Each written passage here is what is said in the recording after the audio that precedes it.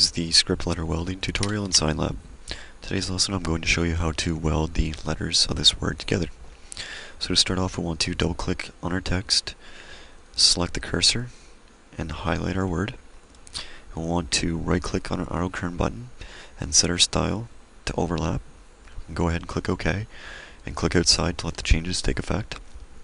Now you'll notice that the overlapping got a little over-eager here between the W and the E. So we'll just enter our kerning mode here. So we'll select on-screen kerning, and you'll notice that we have several nubs here. Our left and right nub are our anchor points, and the other nubs we can use to manually adjust the spacing.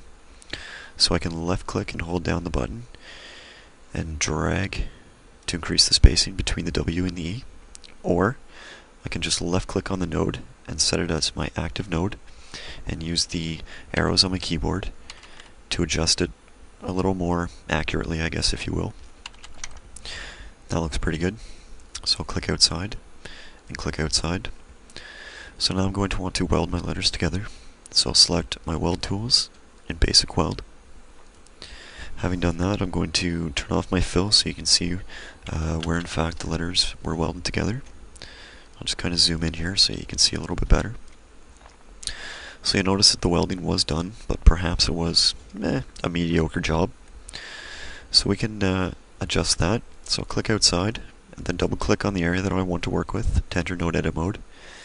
And I'm just going to select a few of these nodes and delete them so that our weld point is a little bit more uniform. And I'll just double check the rest of our weld points. I can perhaps select a few here, hit delete, and I'll hit F4 to refresh my screen. That one looks pretty good. And perhaps these few right here, and I'll hit delete and F4 to refresh. And the rest of my file looks pretty good, so I'm going to go ahead and click apply.